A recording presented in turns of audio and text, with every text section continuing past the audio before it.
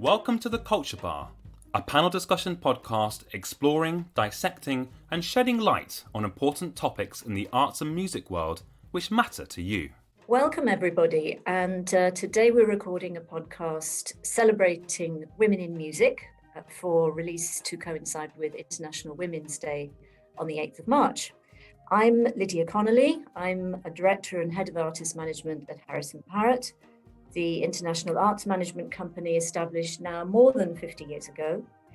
My guests are Sarah Alexander, Chief Executive and Artistic Director, National Youth Orchestra of Great Britain, named Orchestra Manager of the Year in the 2015 Association of British Orchestras Rheingold Awards, and awarded an OBE in the 2018 New Year's Honours List. When accepting that award, Sarah spoke of the National Youth Orchestra being unique.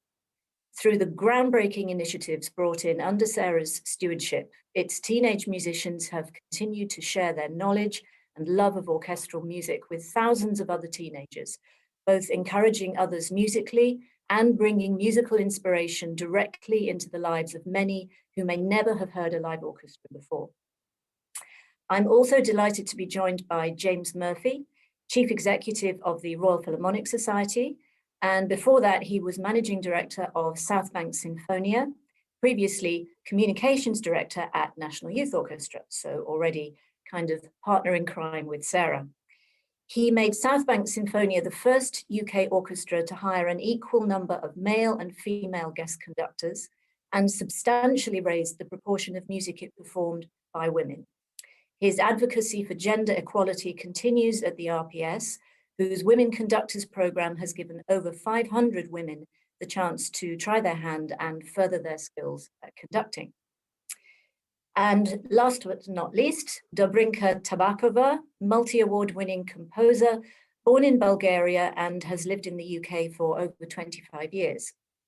As well as writing extensively for the concert hall, she's also composed for film and dance projects, and amongst her commissioners are the Royal Philharmonic Society, BBC Radio 3 and the European Broadcasting Union. Her music is performed worldwide, and her debut profile album, String Paths, on ECM Records, was nominated for a Grammy in 2014. In 2017, she was appointed Composer in Residence with the BBC Concert Orchestra. So thank you everybody for coming along today. And as I said at the start, we're here to celebrate women. Women who lead creatively in music. So the obvious question to start with, I suppose, is how has that creativity found expression, especially during the last 12 months when traditional live concert giving has been silenced to such an enormous extent?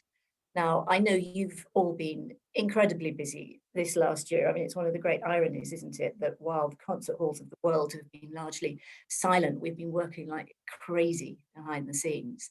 So what are the standout moves forward in musical expression that you've witnessed and that you've been a party to, and who has especially inspired you? Where shall I start? Sarah, why don't you kick us off? It's an obvious thing to say, but who I am especially inspired by is all the young people in the organisation, in the orchestra, and how quickly they've been ready to adapt. There are so many themes of young people that have inspired me. First of all, how quickly these young people who are so passionate about their agency and their autonomy and their getting on with things in the world accepted the responsibility to go home and be quiet. We should all give young people credit for that, the responsibility they took to do as they were asked to do, which is absolutely the opposite to what you want to be doing as a young person. And then how stuck into conversation they were with us about how we would make our time online purposeful. So beyond let's pick some repertoire and multi-track it, was actually how do we make these projects meaningful, and when we're playing on our own in our bedrooms to contribute to a multi-track, what are we thinking and feeling that makes us part of the community? And then a move to creativity, which has been really fascinating to see. So just a couple of projects, we did an Ode to Joy project where young people all played Ode to Joy on their doorsteps at the same time, but in so doing galvanized 44,000 other people to join in, or certainly that's how many people had downloaded the music from the website, watched the video preparation videos they've made. So although they were completely isolated from one another and on their own doorsteps, and their audiences might have been, their mum in the kitchen, they nonetheless profoundly galvanized and made a campaign of music making happen for many, many other people. So that purposefulness, which we really think is put at the heart of the National Youth Orchestra, was really present from the get-go in the online work we've been doing. And just recently, completely opposite extreme, young people have just been making music from scratch. So musicians who would normally be coming in absolutely to play notes and already written and be very busy with the responsibility for bringing the past to life have actually spent days and days working with each other in groups saying, okay, we've got to make a piece of music, how are we going to do that? Be incredibly creative and turning Zoom actually into a very creative and interesting space. And another key project was for us, where young people really inspired us, was in the summer, when just after all the Black Lives Matter marches and the whole movement in America, we were talking to young people about what we should spend our summer doing. This was when we were in this sort of transition. We can't do live work. Shall we carry on multi-tracking? How many more Jupiters do we do? Let's speak to young people about what they care about at the moment and what's on their mind. So they came back loud and clear. What we care about and what's on our mind is whose voices are heard in classical music.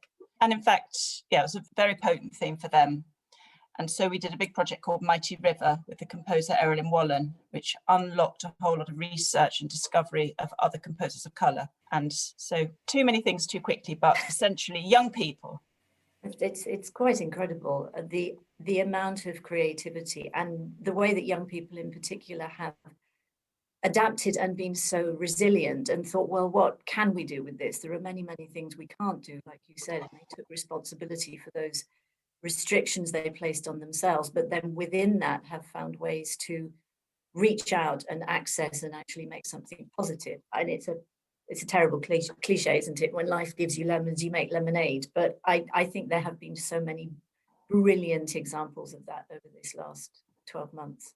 Dabrinka, as a composer, I know one or two composers I've spoken to who have, on the one hand, embraced the possibility of being quietly at home and composing and not interrupted by the need to run around on airplanes and all the rest of it. But how have you found that? And has your approach to your own writing been specifically changed in this last 12 months? I mean, we're all thinking of new things, aren't we? We're all asking different questions of ourselves.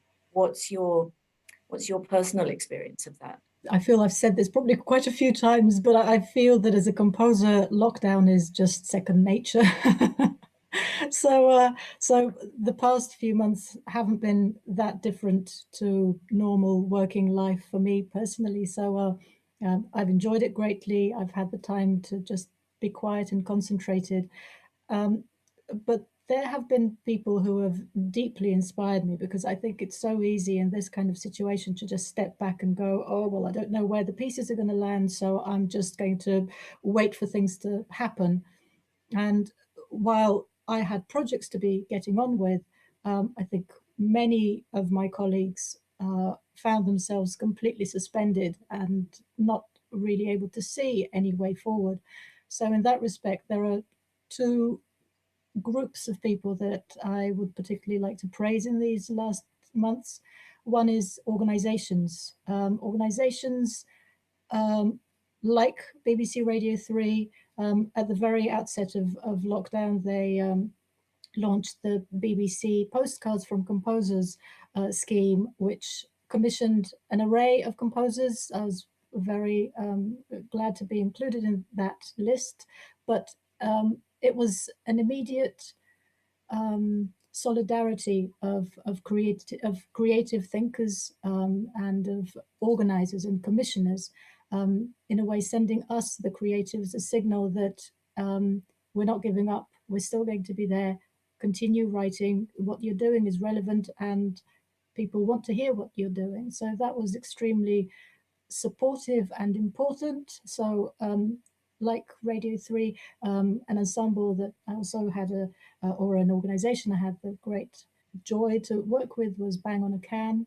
in America, who have been hosting marathon, their legendary marathon programs since the 80s. So they moved everything online and continue to, again, commission new work, giving us that kind of beacon of hope that, yes, we're not just going to be looking back, there is a future, and we'll continue to support you.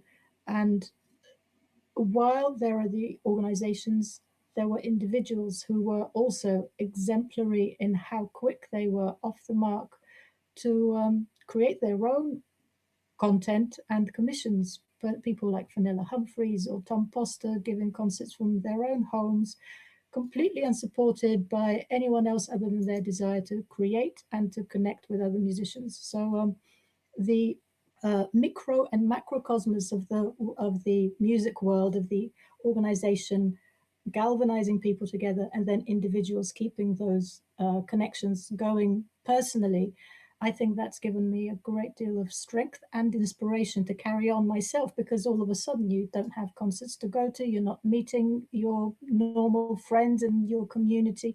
And I felt connected to all of these musicians through these initiatives. Thank you for that. James, your nurturing and supporting role, I mean, it's always been, something that I've associated with you in your different positions in the industry, and now at the Royal Philharmonic Society, it's very specific about the mission. What do you see, and how do you see things that may have changed or been changing anyway before lockdown, but which are accelerated or brought into special focus by what's happened and will go forward in a different way? So much to say. I think one thing to touch on first, just come to mind from what Sarah and Dabrinka have said, is that through the lockdown, we've had a sort of a occasional digital conversation in which we sort of we assembled a different little formation of music makers to kind of give music lovers a sort of real candid impression from the horse's mouth, as it were, of how musicians are actually faring through all of this. And something struck me that the pianist Isa Takana Mason said last year. She said that basically lockdown has been like the ultimate leveler. In a sense, we talk quite a bit. Lydia and I have been on panels talking about equity and gender equity, and actually, it's been a really equitizing thing. Like she said, I'm stuck at home, Lang's stuck at home, you're stuck at home, we're all stuck at home. So like, we're all starting from the same place. And from that, of course, we've just sort of seen this extraordinary outpouring from all sorts of different people on all sorts of genders. And but of course, in that, it's sort of been, it's notable to me that I think women have been given, or have proven, they're incredible so much that perhaps the sort of the age-old structures haven't allowed for perhaps so readily. I mean, if I just think of people like, the violinist Elena Irioste, just what a vanguard sort of firebrand, boundless spirit she is. Just think, just everyone should be following what she's doing lately. Mezzo soprano Jennifer Johnston with her bite-sized proms. Brilliant animator Polly Ives in Sheffield, whose concertinis I think have been a salvation for musical salvation for parents around the clock in lockdown. The harpist Olivia Jagers, she's always been enterprising, but her harpy hour is, you can indulge the pun because it's really good fun. Fenella Humphreys, Dabrinka's mentioned. The conductor Tori Longdon, who created the Stay-at-Home Choir with her counterpart Jamie Wright. That's been a huge success. And then of course the great Nicola Benedetti, who said she was going to set up a foundation and then 2 seconds later had to completely rethink it digitally, and did so in such a vibrant way. And similar to her as well, Kath Arledge, I think at the National Children's Orchestra, she has just sort of lived on Zoom, I think, and made such exciting content. And the list goes on and on. I would also say as well, it's really great to hear fresh female voices on air as well. I think, Tasmin Little has had an extraordinary year in her last year as performing, and her Radio 3 show now is really great. It's so good to hear from more of the artists on air, and likewise Chi Monaco with her show on Classic FM, following in the footsteps of Debbie Wiseman and Jess Gillan with their shows on the big radio stations. It's really good to sort of hear more the voices of female artists in this way. There's a lot of hope, a lot of positivity. I think that's such an interesting point about the leveling one of the benefits maybe of these last 12 months, and also what every artist now is really asking themselves. And this is an individual question, which goes to the very essence. What does it mean to be an artist? What is an artist contributing to society? Why does this profession matter? And the conversations that I've had and which I've heard between other artists, not just established artists who've been around for long enough to be able to ask them these kind of questions, but youngsters starting out in their careers. And you mentioned Jess Gillam, and I'm thinking of the virtual scratch orchestra that she started up, and that specifically in so much of her life, as much as performing on stage, she has this sense of responsibility to the community at large, to society at large, to promote music education. Nikki Benedetti, of course, is another brilliant example of that. I'm going back to Sarah. When we were speaking earlier, you were talking about the teenagers in the National Youth Orchestra and what drives them to grab hold of this agency that you make available to them. And you'll explain it much better than I can, their sense of, what their responsibilities are. Yeah, I guess we've created an environment where being in the National Youth Orchestra is about having those responsibilities and taking them, so that they're very passionate about social equity, and they're playing their part in that through opening up their art form to other young people. And they're opening it up, in lots of different platforms, but fundamentally partly to other young musicians who are coming up behind them.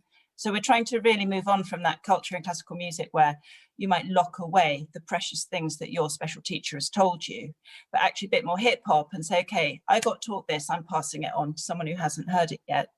And not so much doing that as every young person becomes a teacher, but much more like we can lean on each other, we can share. So mentoring really is something that isn't hierarchical. It's not that I know better, it's just that I know a thing and I'm really ready to pass it on to you and help you on your journey. A lot of that work with young people is targeted to young people who have musical ability. They've got so far, but they're stuck with their own opportunities. And being part of a teenage environment is very inspiring to young people. So realizing the impact they can have on their own generation, so that we just move on from this idea that when you're young as a classical musician, you have to learn a lot of technical stuff, you have to advance really quickly, you have to show your mastery before you can do anything meaningful, and actually build right in from the beginning that sharing actually helps to consolidate learning, and that sharing is the right thing to do. Let's build a musical community together, and let's be generous with our art form. That also, it helps them to feel that agency over what's happening in their art form going forward. So I'm creating a future for classical music. I'm not just waiting for the future when classical music might let me in. I'm part of it because I'm making something happen right now. So that's a big part of what drives them.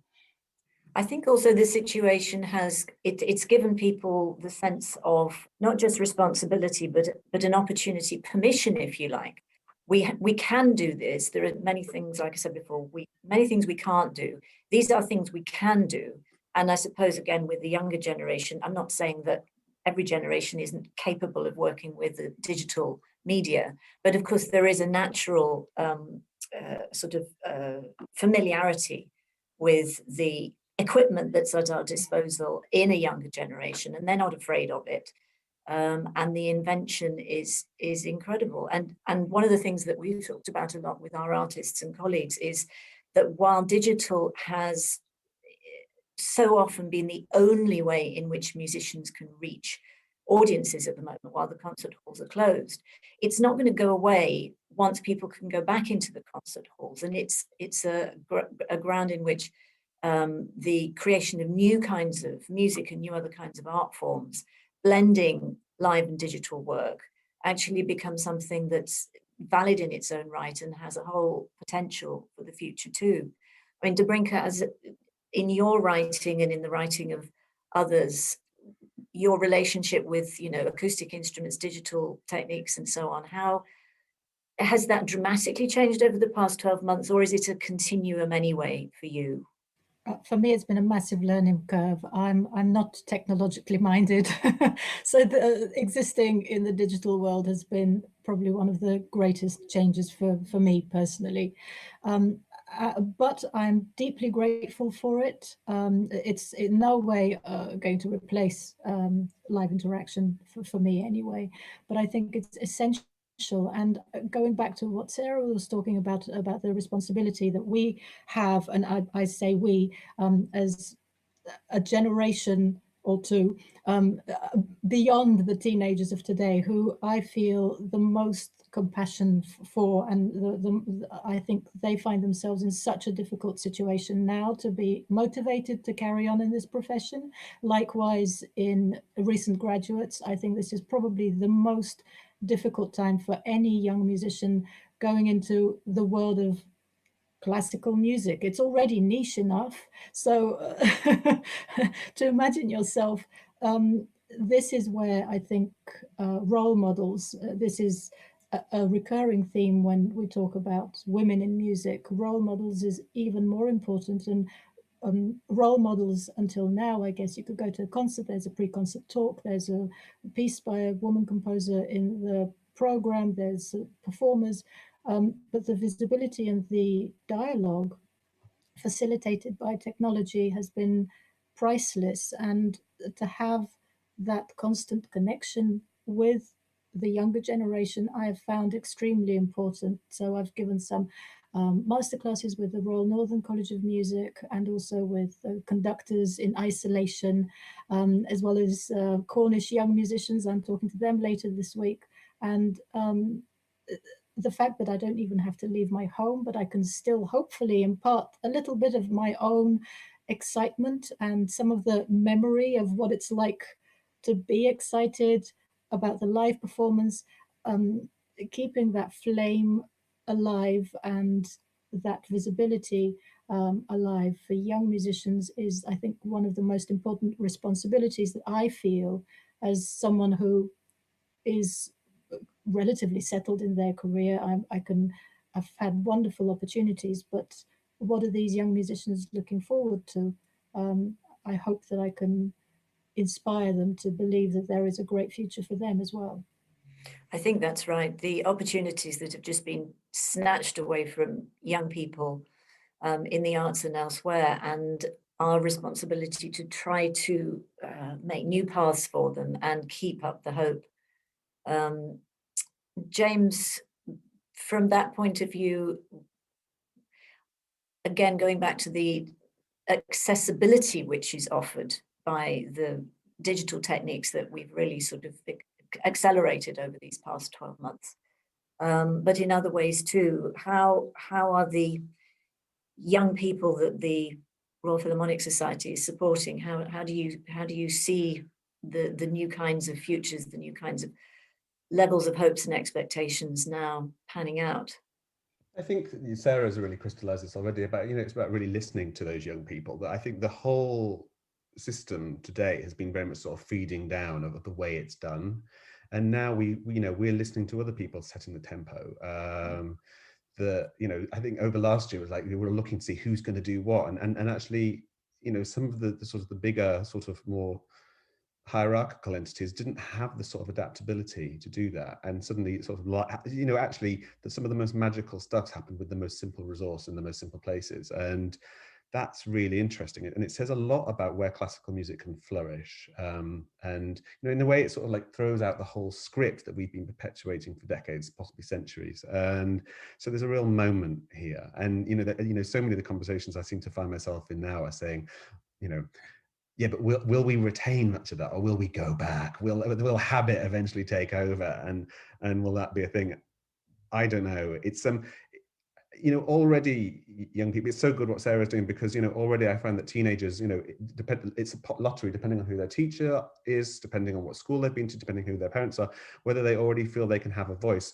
We've started at the RPS a thing called the Young Classical Writers Prize. It was actually a legacy, came from a classical music writer wanting us to do something about it, and I thought, well, we don't hear young people writing much about classical music, and it's something Sarah and I were interested in when I worked with her at the NYO. And So we've had 110 applications for this thing. It's just a little prize, and I've sort of started reading them, and it's really, you know, the best moments are the moments when you suddenly see a young person sort of like take that little step and say something in a voice that's not entirely their own. You know, I think some of them are like essays, and they're written exactly what they think the RPS wants to hear. But other times, just now and again, you think, oh, this is taking a step. But then I remember when I went to work with Sarah, I'd worked at the Royal College of Music for some years, and I arrived at the NYO, and Sarah was fairly new there too.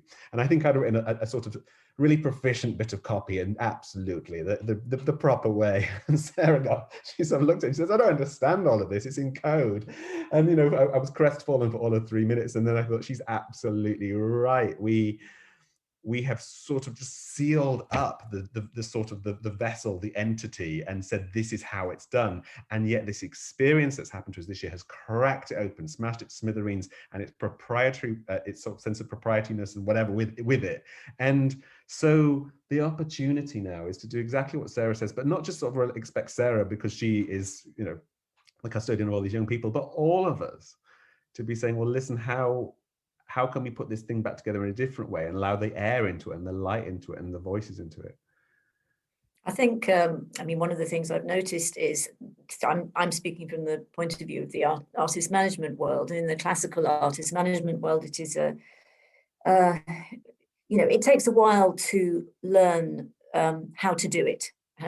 Get your international network figured out, make your contacts, understand how artists tick. And when people come into our company to begin with, traditionally, you know, it takes a while for them to find their feet, and they're learning, and it's all about learning, and it's all about being mentored, and it's all about being shown how to do the work. But of course, the thing that has immediately given an opportunity for everybody at every level in the company to contribute in a meaningful and powerful way are the conversations about inclusion and accessibility and equality. And that even more so over the past 12 months. I mean, we've certainly had a battle on our hands because the day-to-day work of trying to, you know, have artists in a place where they can actually perform and actually earn some money to put some food on the table. And we're playing this game of, I call it a cross between whack-a-mole and Jenga to just try and get, you know, dates in the diaries so that people can keep playing. So that takes up an enormous amount of time. But I'm so proud of how you know, everybody in the company, including the newest recruits, have stepped up and played their part. And we had we took part in the Music Masters I'm In program, which is all about embedding inclusion and equality and recognizing, you know, how that needs to be at the center of everybody's working strategy, professional strategy, development strategy. But again, it's going back to what, James, you were saying before about the leveling nature of what we've been through over the past 12 months. Everybody has something valid to say. Everybody has a lived experience which needs to go into the conversation. And again, ironically, because we're all isolated, we're actually talking to each other much more and more readily because of, you know, platforms like Zoom and others. And the fact that calling a meeting together of the most senior people in the organization at 10 minutes notice has been quite useful.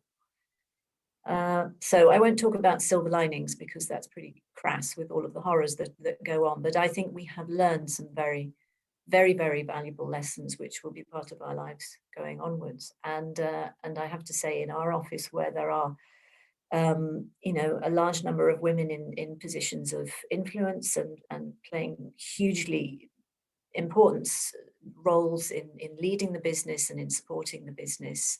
All of those women, without exception, across the generations, across many different nationalities, have been such a force and such a mutually supportive force as well, because it would be very easy to have lost heart over these last few months, and that I think we've succeeded in keeping going. Sarah? I had thought, just sort of which maybe connects with all of that, but it relates to audiences and who the work is for. And I think that it's something that's really easy to forget when we're feeling like custodians of something, or we've got responsibility for nurturing something, but it's absolutely necessary to be flexible, to reach the people that we want to reach. So I've really found it fascinating to be in an organisation that's been around since 1948, more or less with exactly the same pillars. So the pillars are created out of the school holidays and the need to put a huge symphony orchestra on a large-scale concert tour. And so no matter what you do with those 10 days rehearsal, fundamentally, you're all the time jamming any sort of creativity or development of skills around social responsibility or collaboration. You're jamming it into a process that is leading to a large-scale orchestral concert tour. So it's been amazing to see what you can do when you haven't got any large-scale concert tours to put on. But also, I think this relates to the artist agency thing. It's what I've realized is that I have lovely, dedicated, I'm really profoundly committed people working for me with great skills, but every single organizational process we have is defined by putting on a large-scale orchestral concert tour. And those are not the same skills that you need if you're thinking, okay, we want to reach teenagers. We want our young people whose absolute superpower is teen-to-teen communication, you know, young role models, men and women from all different backgrounds who equally have this superpower and this ability to, we know that classical music can be profoundly powerful for young people because we have 164 young people for whom it is profoundly powerful. And they are just ordinary teenagers who got the opportunity to discover. So we want to deploy them. Well, this rigid structure since 1948 is not giving us the flexibility to deploy them. And not only that, we don't have the skills because we're so focused on these. No, we have the skills, but we don't have the processes because we're so focused on this is how we do things because we have to get this on. So I do feel in many ways, this has been a fascinating year, not just for what we've discovered we can do in terms of technology, but actually to say, what skills do we need if we're going to deploy all these young people? What processes do we need? How do we work together? How do we form collaborations? And fundamentally, how are we going to be flexible? And it's really challenging because I think our art form, it's highly internationalized and a lot of it is on a very, very large scale. So flexibility of a large scale internationalized art form, very hierarchical, who's good, who's on their way to being good, all of that stuff makes it quite difficult to put audiences in the mix. Like anybody is an audience, anybody is an audience, anybody can love and be profoundly touched by the art form. Sort of people want to get back to what they know because that's what their skills are aligned to. But really, I want to know where are audiences in the conversation. I went on a course called Cultural Reset. It was mainly for the theatre sector, but I absolutely was like, I have to go to this environment of other people. So I wrote this application. It was so like, please, I need to be stimulated by some different people. And that's what the conversation was about. How have the arts got so obsessed with their structures and their ways of doing things that they have forgotten audiences? How do we put audiences at the heart of Cultural Reset? So that's just a bit of a provocation, but I think that's so interesting. Well, without the audience, where are we? James? Just touching on that, a year ago at the Association of British Orchestras conference, I led a discussion on repertoire and sort of encouraging people to sort of talk to each other about the repertoire they program, why they program it, why there's familiar things, why, you know, could we actually, rather than sort of be very, you know, hold tight our little treasures, we actually share intel and encourage other people. I mean, one of the things that often organizations only share their repertoire when we're putting them into a clash diary is to say, right, we're doing Lark Ascending, so you back off. And the conversation, there was, you know, everyone was very receptive to that, but the sort of feeling was, well, with the long planning cycles and also the audience tells us what it wants and everything and all of these things, it didn't seem possible. Then kaboom, 2 months later, this happens. And what's been so astonishing to me is in the last few months, in the digital offerings, we've seen some of the big like orchestras and all sorts of people do. Suddenly we've seen Black composers and we've seen female composers. 3 years ago, Lydia, you and I were on a panel at the conference, and you know, I played a bit of Sina Bacevic, a Polish composer who died in the 1960s, to people. No one had heard of her, and it's so heartening to see BBC Scottish Symphony Orchestra did a piece of hers recently. LSO have done 2 pieces of hers in lockdown. We're hearing I've heard more Black composers in the last few months than I've heard in my life. And you sort of think all the old reasons and all the old excuses, you know, what the audience wants and everything, sort of, we sort of forgot those excuses and those it's those planning cycles. It's those deathly planning cycles. If I want change, I'll have it in 3 years. You know, this orchestra won't even be here in 3 years. I just really want to hold on to being able to reflect the world as it is with, you know, maybe 6 months planning cycles are sensible, maybe 12 months, more or less, you know, roughly what you're doing. But from an artistic point of view, you need to be able to respond to the times we're in. Otherwise, you can't make your art form relevant. Those tectonic shifts in the planning cycles now, in the lead times, that is such an opportunity. It really does feel like the pieces of the industry as we know it have been chucked up in the air. Nobody's quite sure where they're falling down. It is an opportunity. It really is an opportunity. I know that's another cliche. I remember before I've gone on record with this, although I believe it was anonymous. It was for a report. I was interviewed in the November of 2019. So, yeah, just before Christmas. It was a report about the state of music in the UK and internationally. And I was talking about how crazy it was and the way that artists and orchestras were racing around the world, and they were taking on madder and madder schedules, and people were getting ill, and their backs were going and their shoulders were going and their necks were going, and something had to change. That kaboom moment did happen, as you said, James. But that chucking up of all the pieces in the air and not entirely knowing where they're going to come down again, and orchestras instead of last December crazily saying to us as managers, we've got to get our brochure to the printers, we've got to get our 21-22 brochure to the printers now. And the poor artists being asked, well, what do you want to play in that recital in, June 2022? And the honest artist who will say, how on earth am I supposed to come up with that now? And now we have something which is much more reflective of the moment, and that takes us back to the it doesn't take us back to it. It's all interlocking, reflecting the moment, reflecting the whole audience, reflecting the whole of society, and the fact that if we don't allow those different voices to be heard, those different stories to be told. I still find myself quoting Hannah Kendall after all these years, James, after that ABO conference. Those people with different voices and different stories will not come into the hall.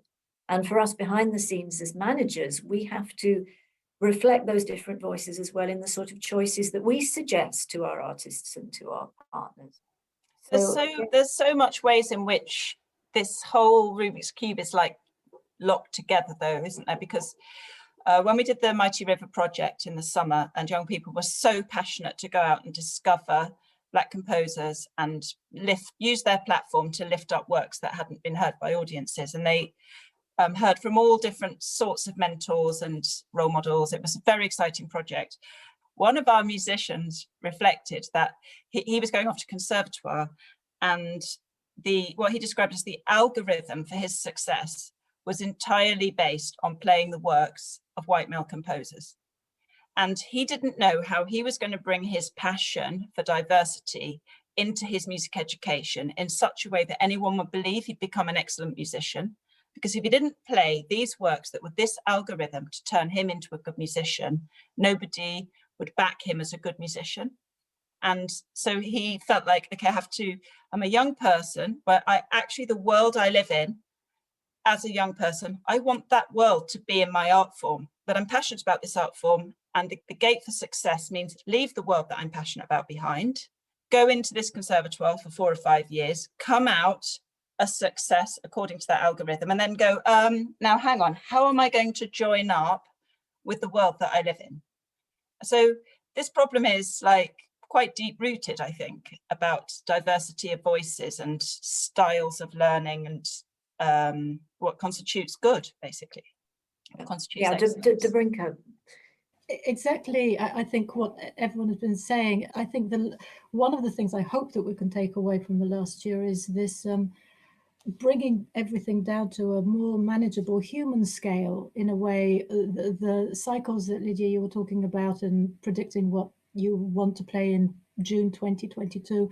Well, there's no way that I think our industry would have had the ability to react to what was going on in America at the beginning of the summer had those programs been programmed 2 years in advance. That one of the strengths of this year is that the art world has managed to react so quickly because everything is in this suspenseful situation. So programming could be done on the spot and react to the time that we're living in. And that's one of the things that contemporary music does. You're writing for the moment, for now. That's why a premiere is exciting. Well, I hope that people will start to realize that that's why it's exciting, because it's showing the pulse of the time that we're living in.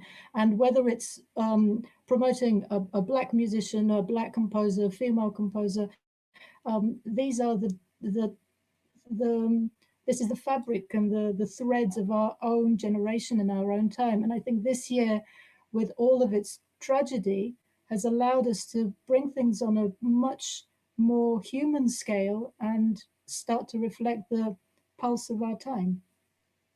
I think also the impact of the restrictions on our travel, and what will doubtless continue to be restrictions for quite a long time, give us the imperative of looking more locally, not losing sight of a global perspective, but really celebrating and cherishing what is closer to home, and music and other arts which have more intimacy.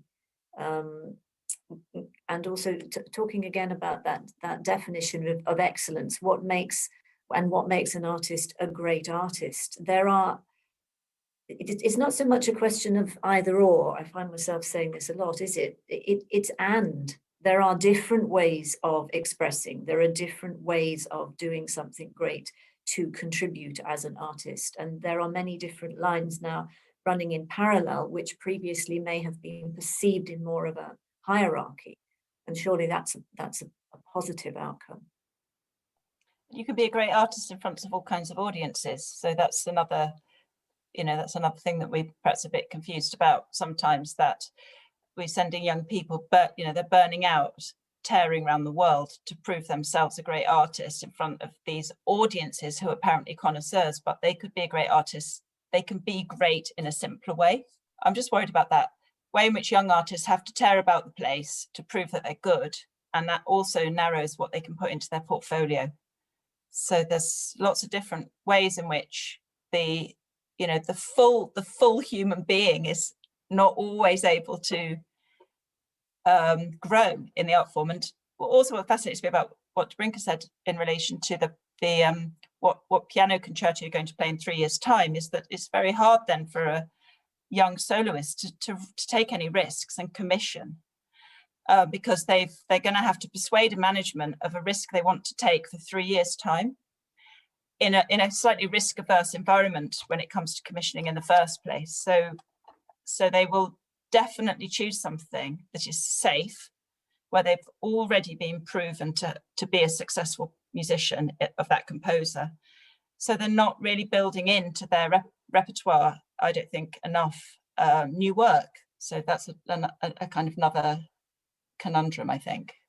Well, that leads us neatly to James and the Royal Philharmonic Society and its mission to make that new work happen, to support that new work happening, and to try to mitigate some of that risk. Sorry, is that a question? No, sorry, I'm just telling you what you do. Gosh, I mean, it's such big tectonic stuff, all of this. I think, I don't know if my thoughts in response to what's been said speak specifically to commissioning, but just to, what kind of classical music profession do we want to create? What sort of, how do we want history to judge this chapter of the history of classical music? And, has it kept pace with the sort of the boundless creativity, the incredible full momentum that we celebrate in all the composers past? And that really, but, something that was on my mind today, I mean, this doesn't really speak to the issue of International Women's Day, which, there's lots more to talk about, but just to say, this morning, the Association of British Orchestras and the City of London Sinfonia and Orchestras Live released a report about orchestras and healthcare. And they're saying, look at the role that orchestras can play in society. And they've done a survey, and there's a lot of statistics about that. And the guy who is in charge of social prescribing for the NHS, so that's basically, instead of the GP giving somebody pills, it's giving them pottery or it's giving them classical music, is really taken by this. And that so there's a few people in classical music who are fostering a conversation there. That seems to me to be that could be the legitimizing thing that we need for classical music. Everyone in this conversation, and probably most of the people listening to it, we love classical music not just because we're weirdo nerds. I mean, possibly I am slightly, but actually because it has done no less than help us know who we are. It's given us our confidence, our voice, our sort of stability, our sanity, our everything. And we do not talk about classical music in those terms. And what is likely to happen with this healthcare report is that a lot of people in the sector will see it as the preserve and the interest of the education departments, which is almost seen as an adjunct to classical music. A thing, it's in an office at the top of the building or in the basement, or it doesn't even have an office, or in a separate department. And we have sort of compartmentalized music's role in everyday life entirely in classical music, much to our peril. And we've got to be bold and clever now in the way we unpackage that and not see it as the education department's responsibility or Sarah Alexander at the NYO's responsibility, but all of our responsibility. And I think the important thing to say is that doesn't mean changing our practice necessarily. So not everybody has to pay in care homes, but we have to make the narrative much stronger that when we're playing classical music in a concert hall, it's still having that, that positive effect on well-being for a lot of people. And that changing the whole narrative. Sarah was right when I went to the NYO and presented my tidy script about classical music. We're writing in code. We've been writing in code for centuries.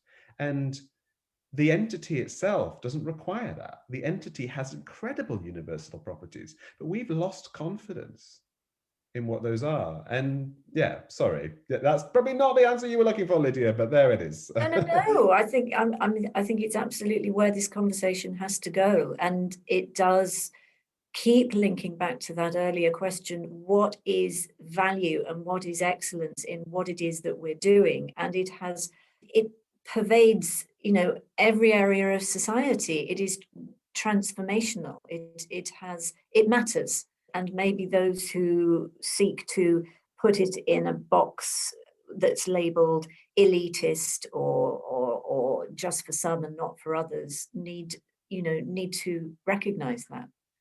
Sarah? I feel aware that in this whole conversation I have for International Women's Day, I haven't advocated for women because I don't see any reason why I would think about a young person any other than a diverse community of young people, and also that I would only make choices around the role models. I mean, there are so many brilliant artists in the world. You've got to choose somebody. So choose people who also, across the array of artists you're working with, are great role models for young people. We can be simple about it. We can make sure that our art form is giving many people opportunities and is always diverse and is always interesting. And we should be beyond the point in a way where we need to have a particular conversation that says, let's talk about women in classical music because it's International Women's Day. So I'm just aware that I haven't even mentioned it, and it occurred to me that's because I don't think about it as a separate subject. I think I said at the start, I wanted to celebrate women in music, and I think that this conversation has celebrated music itself and all of those who are engaged with it and making the efforts to take it out of any one particular box. But as you said, the role models, wherever they come from, are crucial in giving that inspiration, in leading us into, myriad new directions, which are all for the good. That's that responsibility, and certainly the way that we've talked about young people and taking the energetic way that they've engaged with that and proven that they're worthy of being given that agency and running with it is a really inspiring thing. I think that makes me think, something I found myself thinking before, that, a plurality of approaches is so important. So one of the things I really like about the PRS Foundation's Key Change Initiative, which if listeners don't know, was set up a few years ago, and any organization can sign up to it and say that by within a few years that they will have committed to something towards some kind of 50-50 approach in their organization or their practices on the gender front. And it's been taken up by a lot of people internationally. But the great thing is you do it to your strengths and you do it in your own way. A lot of people have quizzed me, and I know you too, they do over the last few years, about quotas, whether they're a good thing or a bad thing. Well, I don't follow quotas myself because that's not my driver, but for other people, that can be a real driver. And so, coming to Sarah's point, I think that, it's great. Like, Sarah's a crusader, there's no question about that. And she's doing what she's doing. Whereas for other people, it's actually the focus on a very specific thing or a particular minority that is where they find their strength and their agency. And I really wanted to, I'm sort of like just dragging the conversation this way, and because I just feel I'd kick myself if I didn't within this hour name check two people.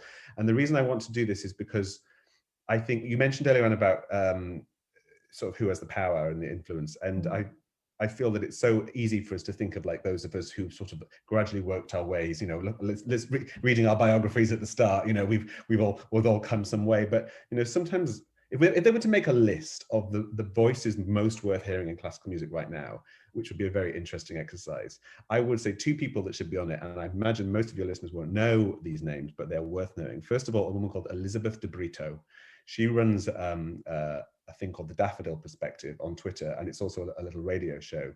And she basically commits in that to uncovering works by unfamiliar, deceased and living female composers, and not just women as well, other minorities. And also a soprano called Gabriella De Laccio. She runs a digital platform called Donna, D-O-N-N-E. And these two women, entirely of their own volition, not because they're paid to do it, not because they work for an organization, not because they get any funding to do it, they just decided, they found it their calling to really speak out and say things for female artists, female musicians. And they're amazing. They are such vibrant, spirited conversationalists on Twitter. They're an exemplar of how to use social media. And for no ends, really, apart from just, just hopefully it might inspire somebody. And, talking about role models, anybody should follow them. And we should all be paying more attention to people like that, not just the perceived giants, really. Sorry, just have to shoehorn that in there. I don't even know them, but I just think they're brilliant. Well, thank you. We all need to continue learning. We need to listen, and we need to read, and we need to take in that inspiration from every angle. I do have a question for Dabrinka, though. Have you had female role models as composers? Did you have to go out and find women to listen to be inspired by, or did you always have a world of female composers around you?